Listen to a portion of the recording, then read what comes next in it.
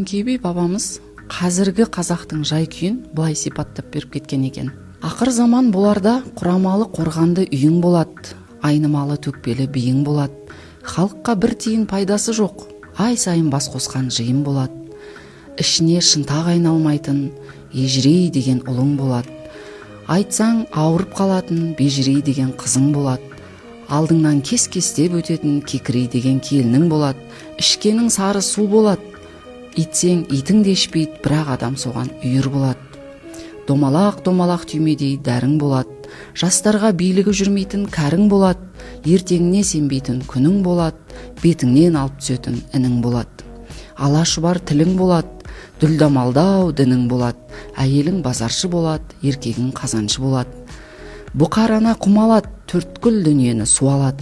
Өлімің қойдай болады, садақаң тойдай болады. Түйең бұлан болады, жылқың құлан болады. Сиырың пұл болады, қатының би болады. Қиналғанда шапағаты жоқ, жақының болады. Ит пен мысықтай бырылдасқан, еркек пен қатының болады. Ақыр заман боларда орыс пен қазақ қосылып бір-біріне үйір болады. Сөйткен заман кез келсе, түзелуі қиын болады. Соның бәрін көрерсің, көріп тұрып өлерсің, деп айтып кеткен екен. Бұл сөздің бәрі дәл қазіргі біздің жай-күйімізге тұспа-тұс турамен тура келіп тұрған сияқты. Осы сөз қатарларын тыңдағанда сіз қандай сезімде болдыңыз?